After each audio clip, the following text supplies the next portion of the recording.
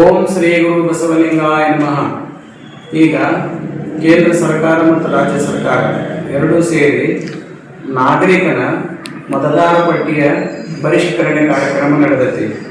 ಇದರಲ್ಲಿ ಮತದಾರರ ಪಟ್ಟಿಯಲ್ಲಿ ಎಷ್ಟೋ ಜನ ಲಿಂಗೈಕ್ಯರಾಗಿರ್ತಾರೆ, ಅದರ ಹೆಸರು ಹಂಗೆ ಉಳ್ಕೊಂಡಿರ್ತಾವೆ. ಅದಕ್ಕೆ ಮರು ಪರಿಶೀಲನೆ ಮಾಡಿ ಲಿಂಗೈಕ್ಯರ ಹೆಸರನ್ನು ತೆಗಿತಾರೆ. ಮತ್ತು ಈಗ ಯಾರು ಮಕ್ಕಳು ಹೊಸದಾಗಿ ಹುಟ್ಟಿದ್ರಂದ್ರೆ ಮತ್ತು ಮೈನರ್ ಇದ್ದವರೆಲ್ಲ ಮೇಜರ್ ಆಗಿರ್ತಾರೆ, ಅವರಿದ್ರಂದ್ರೆ ಅವರು ವೋಟರ್ ಲಿಸ್ಟ್ನಾಗ ಅವ್ರ ಹೆಸರು ಸೇರಿಸ್ತಾರೆ. ಹೀಗಾಗಿ ತಮ್ಮ ಮನೆಗೆ ಅವರೆಲ್ಲ ಸಾಹೇಬರುಗಳೆಲ್ಲ ಬರ್ತಾರೆ.